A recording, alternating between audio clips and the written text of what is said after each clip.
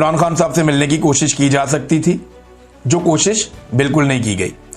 देखिए, अगर बैरिस्टर सैफ जाता है और जाकर इमरान खान साहब से मिल लेता है तो वो तो एक सिर्फ वजीर आला के साथ काम करने वाला आदमी है। अगर बैरिस्टर सैफ जाकर इमरान खान साहब से मिल लेता है तो वजीर आला क्यों नहीं मिल सकता? यह सवाल वजीर आला को अपने आप से पूछना चाहिए कि इस आदमी में ऐसा क्या है कि इसको मिलिट्री एस्टेब्लिशमेंट इमरान खान से मिलवा देती है। इसमें ऐसा क्या है कि इसको मिलवाती है और बाकी लोगों को नहीं मिलवाती?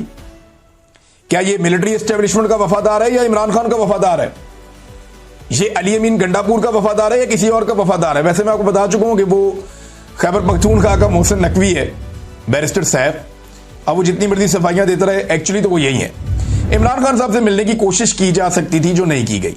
मुलाकात ना होने की सूरत में एहतजाज रिकॉर्ड करवाया जा सकता था, जो नहीं किया गया।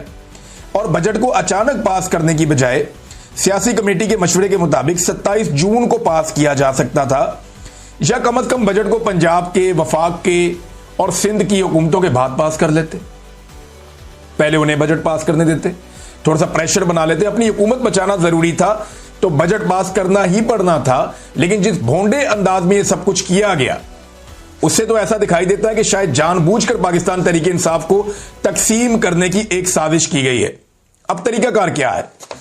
देखिए, अभी इससे निकलने का तरीकाकार सिर्फ और सिर्फ एक एहतजाजी तहरीक है, जिसके बारे में इमरान खान साहब पहले ही अहकाम दे चुके हैं कि एहतजाजी तहरीक चलाई जाए।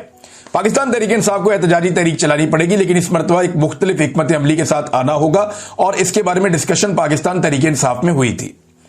जो पाकिस्तान तहरीक इंसाफ में डिस्कशन हुई थी और जो इमरान खान साहब का लाइन ऑफ एक्शन इस मरतबा दिखाई दे रहा था, वो ये नहीं है कि सारे लोग इकट्ठे होकर इस्लामाबाद की तरफ जाएंगे।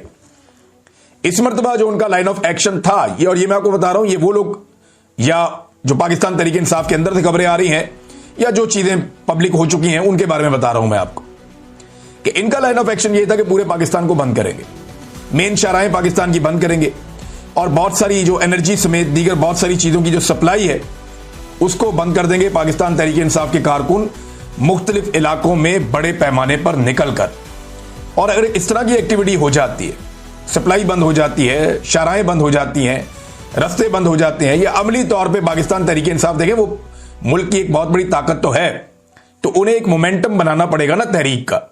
और अगर वो मोमेंटम बनता है और उसके बाद वो मुल्क को जैम करने में कामयाब हो जाते हैं तो ये एक बहुत बड़ा प्रेशर होगा, इंटरनेशनल लेवल की न्यूज बनेगी, पाकिस्तान के अंदर एक बहुत बड़ी खबर बनेगी और एक बहुत बड़ा प्रेशर क्रिएट होगा। और उस प्रेशर के नतीजे में पाकिस्तान की एस्टेब्लिशमेंट को शायद कोई कड़वा घूंट करना पड़ जाए, जो अभी वो करने के मूड में नहीं है। इंडिया पाकिस्तान मार्के के बाद पाकिस्तान की एस्टेब्लिशमेंट को ऐसा लगता है कि जो अवाम उन्हें बुरा भला कह रही थी, शायद अब नहीं कह रही। लेकिन ये उनकी गलतफहमी है, ये एक ऑप्टिक्स जरूर क्रिएट हो गए हैं। लेकिन जब भी वो कोई पॉलिटिकल मिस्टेक करेंगे या कोई ऐसी चीज करेंगे, यानी अभी मैं देख रहा हूं हमारे जो मिलिट्री अफसरान हैं वो नौजवानों से मिलते हैं जाकर, कभी मदारस में, कभी स्कूलों में, कभी कॉलेजेस में, मुख्तलिफ जगहों पे इंटरेक्शंस कर रहे हैं। वो जो एक इमेज बिल्डिंग है वो की जा रही है, लेकिन मेरा नहीं ख्याल कि ये चीजें काम करेंगी। एक झटका, एक वाकया, एक गलती दोबारा लाकर वहीं खड़ा कर देगा जहां से मामला बहुत खराब हो गया था। लिहाजा गलती की गुंजाइश निश्ता करना यह पड़ेगा कि अवाम को अवाम का मैंडेट देना पड़ेगा, अवाम को उनके राइट्स देने पड़ेंगे। आप लोगों के हुकूक छीन कर लोगों को इस बात पर कायल नहीं कर सकते कि आप हुकूक के बगैर ज्यादा बेहतर हैं। ये आप नहीं कर पाएंगे और ये हो ही नहीं सकता, पूरी दुनिया में नहीं हो सकता, तो पाकिस्तान में कैसे हो जाएगा। अब गंडापुर साहब आने वाले एहतजाज के हवाले से एक बड़ी जज्बाती तकरीर पहले ही कर चुके हैं, जिसके बाद आतिशबाजी भी की गई थी। तो उन्होंने कहा था गंडापुर साहब ने कि एक के बजाय 2 गोलियां मारेंगे, इसकी जरूरत नहीं है। उन्होंने कहा था कि अडियाला जेल जाएंगे, इसकी भी जरूरत नहीं है, क्योंकि ये एहतजाज इमरान खान साहब ने डिफरेंट तरीके से मुबैना तौर पे अब तक जो चीजें बाहर आई डिजाइन किया है, और वो ये है कि पूरा मुल्क बंद करना। तो खैबर पख्तूनख्वा की गवर्नमेंट और खैबर पख्तूनख्वा के जो पाकिस्तान तहरीक इंसाफ के लोग हैं वो क्या कर सकते हैं, पंजाब में क्या हो सकता है, सिंध में और बलूचिस्तान में क्या हो सकता है, इसके ऊपर हम आने वाले वीलॉग्स में बात करेंगे। लेकिन फस्तायत रुक नहीं रही। चौधरी इम्तियाज साहब हैं MNA, इनको पहले आपको पता होगा जबरी तौर पे लापता भी किया गया, गिरफ्तार भी किया गया, इनके ऊपर मुकदमात भी बनाए गए, इनके घरों पर छापे भी मारे गए, इनकी फसलें भी जलाई गई, इनके जानवरों का भी नुकसान किया गया, तो इनकी जो फार्म है उनका बहुत नुकसान किया गया, बड़ा बहुत ज्यादा। इस खानदान की मुसीबतें कम ही नहीं हो रही, इनकी खवातीन के ऊपर भी टॉर्चर किया गया। लेकिन ये जुल्म और फस्तायत जो पाकिस्तान में चल रही है वो तो चल ही रही है, उसका सिलसिला रुक ही नहीं रहा। अब नाज़रीन आ जाए, पाकिस्तान तहरीक इंसाफ क्या इस माहौल में एक तहरीक चला सकती है? तो सादा बात यह है कि उसके लिए इस तकसीम के माहौल के अंदर तो तहरीक नहीं चलती।